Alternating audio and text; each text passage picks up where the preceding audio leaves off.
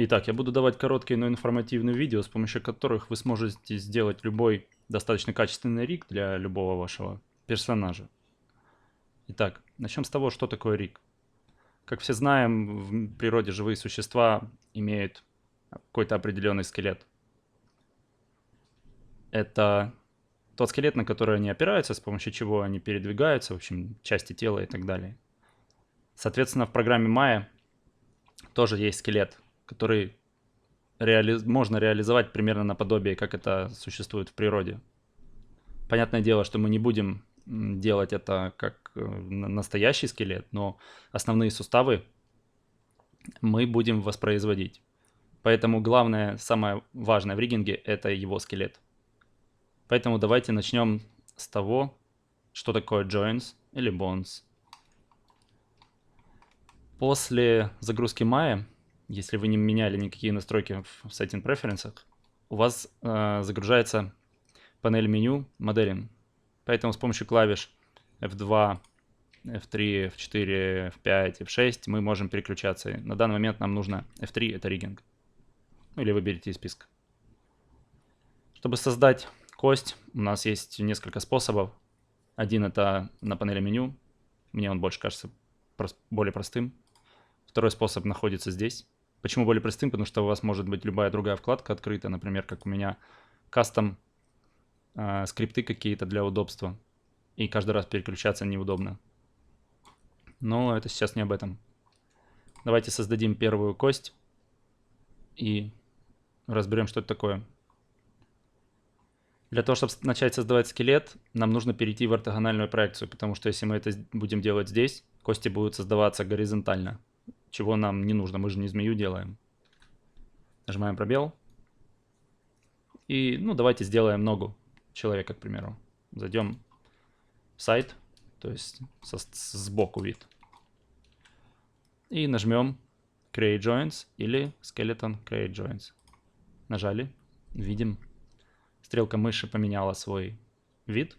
А это значит, мы выбрали создать кость. Соответственно, давайте создадим первую кость бедренную. Нажал, отпустил. Теперь, чтобы создать вторую, мы можем для нее выбрать более удобное место. Можно сразу кликнуть, она просто создастся. А можно нажать и держать. И вот так водить. Точно так же с этой. Нажал, держал, вводишь. Давайте еще, чтобы было нагляднее, создадим стопы. Вот эта последняя кость, она не нужна. Я объясню позже, зачем она вообще бывает создается, но на самом деле она нам не нужна. Создадим ее для наглядности. Все, наш скелет создан, но для того, чтобы выйти из меню создания костей и приступить дальше к работе, надо нажать, перейти в режим Select Tool, или нажать Q. Все, теперь точно уже кость создана. Давайте поговорим, что такое joints, что такое кости. И откроем для этого Outliner. Очень удобно Outliner забиндить на кнопочку O. Вот наши созданные кости. Давайте откроем иерархию и посмотрим. Можем видеть, что каждая последующая кость находится в иерархии предыдущей. И давайте, к примеру, предпоследнюю кость достанем из иерархии, зажмем среднюю кнопку мыши и потянем куда-нибудь, переместим. Отпускать мышь нужно, когда вот всего лишь одна горизонтальная полоска. Если будет две, вы тогда добавите в камеру свою кость, то есть в иерархию камеры. Соответственно, нужна вот такая. Все. Теперь у нас два набора костей. Нога и отдельно стопа. И что мы можем видеть? Между ними пропала связь. То есть визуально соединения больше нету. Почему? Потому что это теперь два разных набора костей. С этого делаем вывод, что кости всегда, когда они связаны, они должны находиться в иерархии.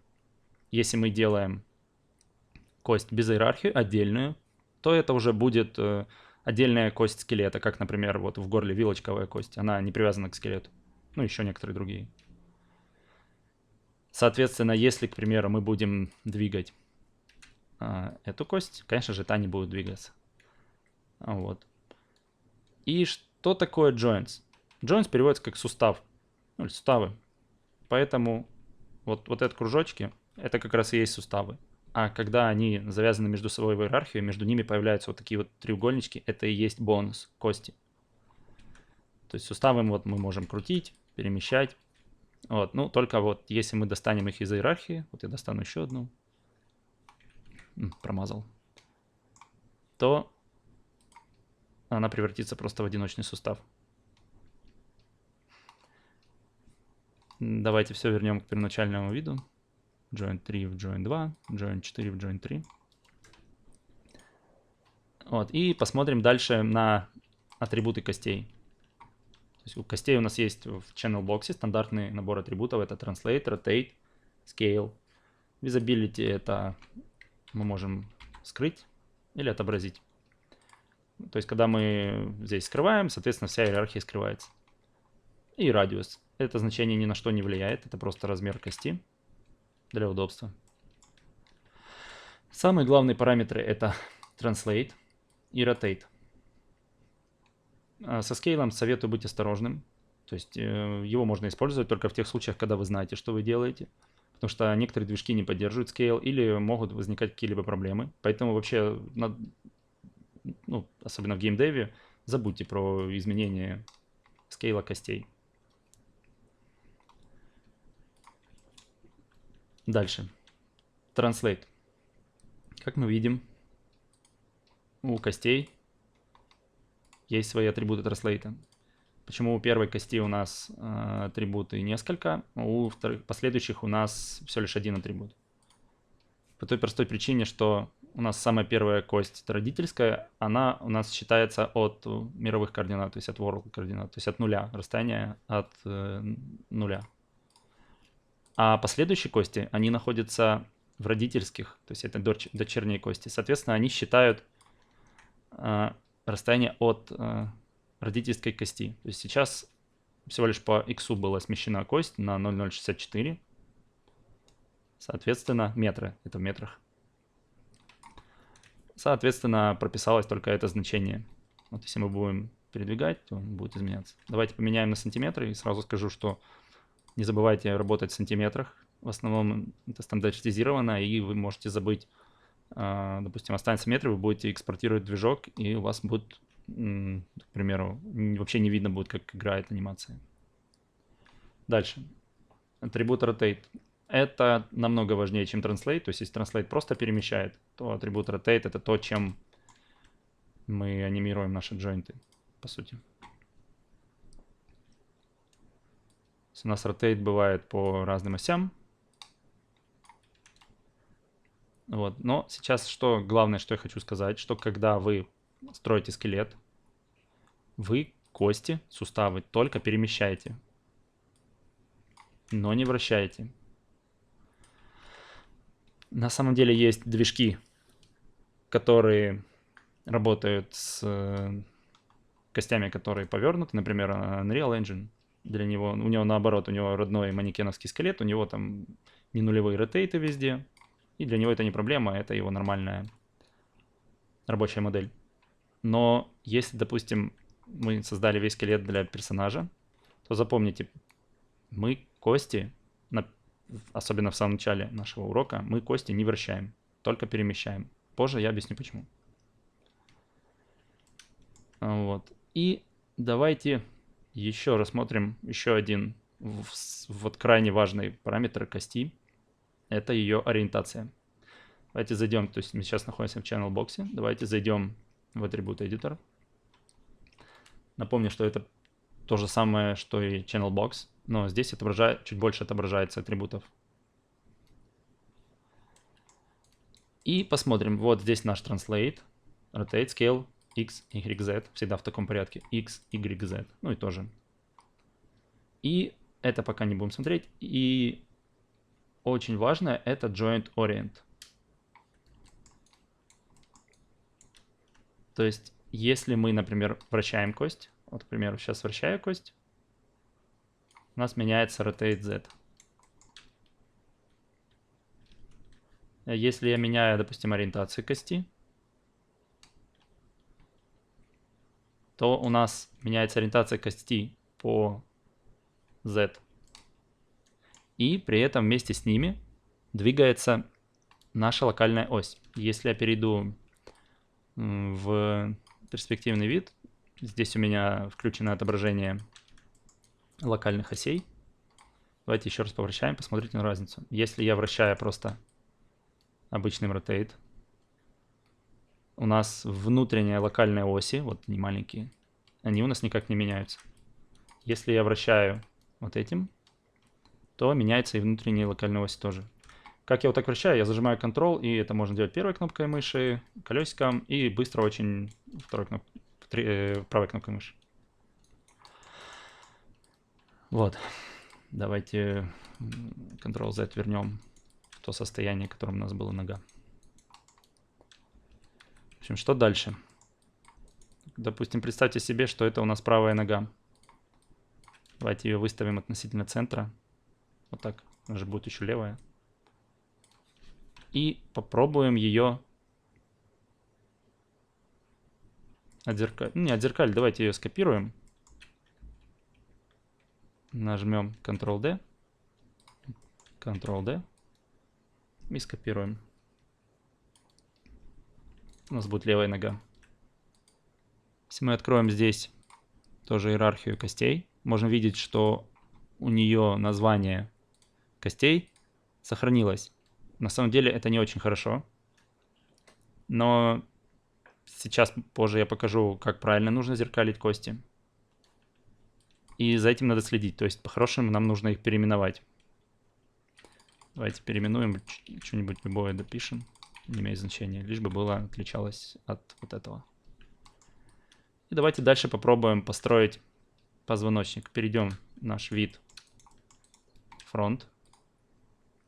Skeleton Create Joints. Ставим по центру. Зажимаем Shift. И строим позвоночник. Это у нас таз. Это поясница. Это выше. Это еще выше. Это вот, в принципе, достаточно. Грудная часть. И вот здесь у нас будет шея, а это будет голова. Вернемся в перспективный вид. Видим, что она чуть-чуть сместилась. Сделаем так, чтобы было красиво. Поясница у нас всегда чуть-чуть прогнута.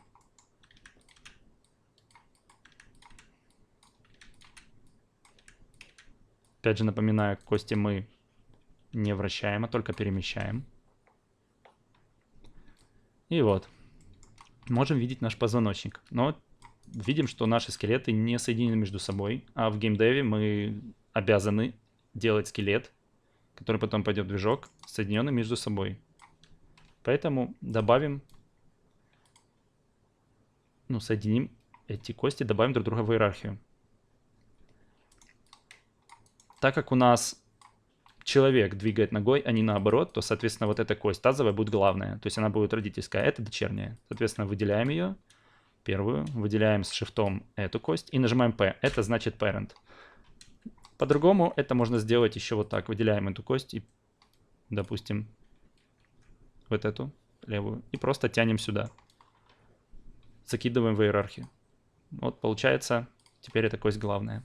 Но легче это делать клавишей P. Чтобы достать кость из иерархии, можем выделить и нажать Shift-P. И тогда кость из иерархии достанется. Дальше давайте сделаем руки. Опять Skeleton Create Joints. Руки у нас находятся примерно на высоте грудного отдела. Не забываем, начинаем с ключиц. Вот они ключицы. Это плечи. И дальше локти. И дальше кисть. Мы можем сделать вот пальцы. Немножко вот так. Смотрим вид сверху. Опять чуть смещено. Подвигаем сюда вперед. Ключица у нас начинает работать от груди. И плечо у нас уже чуть-чуть смещено сюда. Локоть немножко сделаем. И вот так. По поводу перемещения костей. Бывает такая ситуация, когда, например, вот как сейчас, у нас выставлены кости. Но мне вот немножко не нравится, как как сейчас выглядит там локоть, к примеру. Или слишком высоко, я предполагаю, что плечо поднято. Ну, здесь то еще можно поправить, вот так сделать. А, к примеру, вот ключица, чуть задвинуть ее вперед. Если мы начнем ее двигать, будет двигаться вся рука. Соответственно, насколько вы помните, есть в моделинге такая вещь, как пивот и его перемещение. Для того, чтобы переместить пивот, зажимаем D или клавишу Insert нажимаем. То есть переходим в режим выделения, в режим перемещения пивота. Мне удобнее это делать с клавишей D. Зажимаю и двигаю пивот. При этом остальные кости остаются на месте.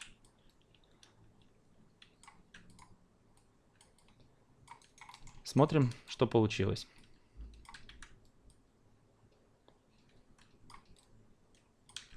Можно еще немножко расставить. У нас на самом деле слишком широко стоят ноги, но это сейчас не главное. Давайте опять добавим в иерархию. Выделим это, нажмем P. И теперь я покажу способ, которым правильно зеркалить кости. Выделяем эту кость, заходим в наше меню Skeleton. Здесь есть Mirror Joints Tool. Mirror Joints. Заходим в его настройки. Зачем нам настройки? Нам нужно указать, по какой из осей мы будем миррорить. То есть можно ж миррорить не только вот отсюда сюда, а можно миррорить еще отсюда сюда, да? И снизу вверх. Ну, то есть программа ж не знает, как нам надо. Соответственно, нам нужно задать. Миррорить будем мы по осям YZ. То есть это как бы плоскость. Представьте себе, что вот так вот мы разместили лист бумаги торцом к себе и хотим через этот лист бумаги отмиррорить. Соответственно, YZ. Вот сейчас у нас тоже здесь выстроен YZ. Нажимаем Mirror. Все, кости отмиррорились. Давайте выделим кость, нажмем F в аутлайнере, чтобы приблизить. И нажмем эту тоже F. И можем видеть, что у правой руки у нас ключица называется Joint 18, у левой руки Joint 13. Соответственно, все кости, которые отмиррорились, они отмиррорились с разными именами, что нам и нужно.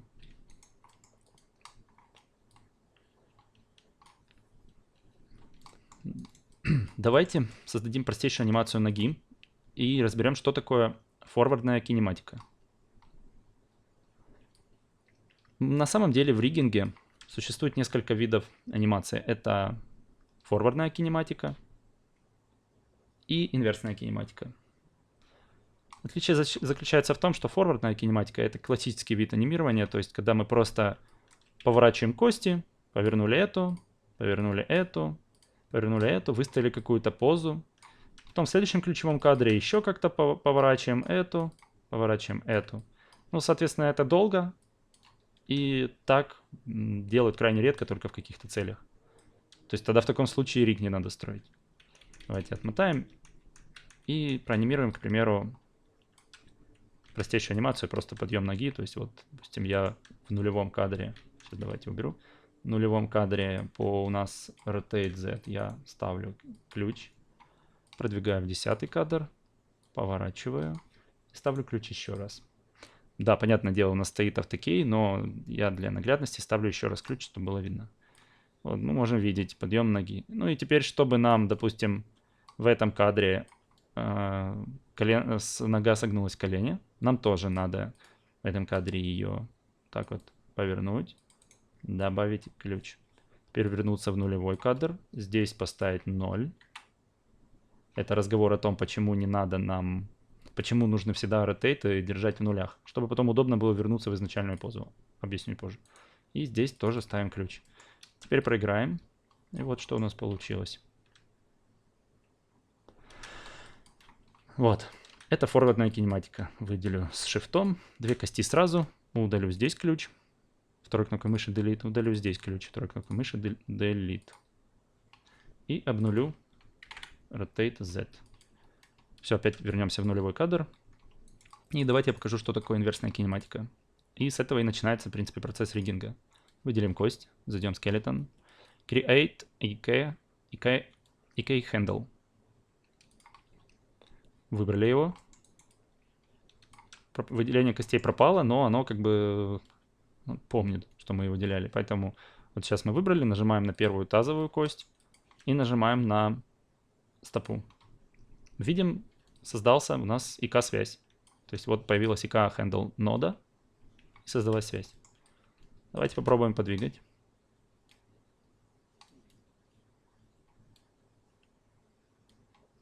Представляете, насколько легче анимировать так. Отмотаем. Смотрите, на этом наш урок закончен. Домашнее задание — это построить скелет, как здесь. Вначале попробовать покрутить кости, поставить пару ключей с помощью форвардной кинематики.